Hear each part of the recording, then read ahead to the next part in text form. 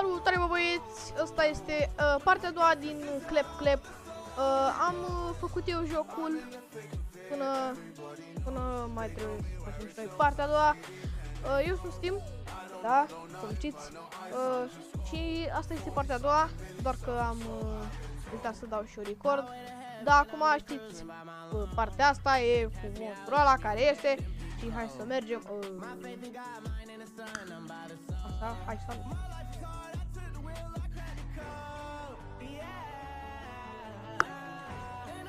Alo? Alo? Nu vreau să mă uit în spate. Băieți? Da, bă, da.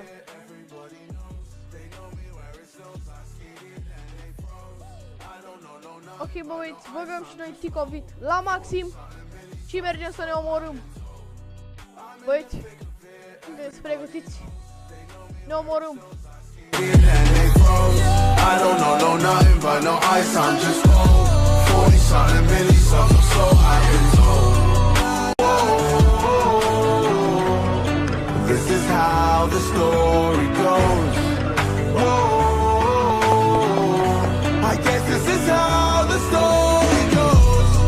I'm in the thick of it, everybody knows. They know me where it snows, I skated and they froze.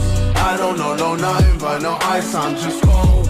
40 something milli, so I've been told. From the screen to the ring, to the pen, to the king. Where's my crown? That's my bling. Always drama when I ring. See, I believe that if I see it in my heart, smash through the ceiling, cause I'm reaching for the stars. Whoa, this is how the story goes. Bă băieți,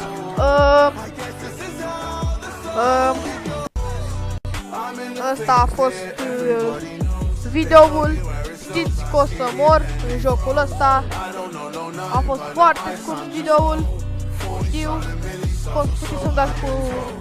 Nu puteți deloc, adică nu vă oblig. Ăsta a fost videoul. Știu că o să mor acum, adică o să vină monstrul ăla și după... Da, clap. Ăsta a fost videoul, știu că a fost foarte scurt. Dar asta atât s-a putut, fraților. Eu am fost Steam. Pa!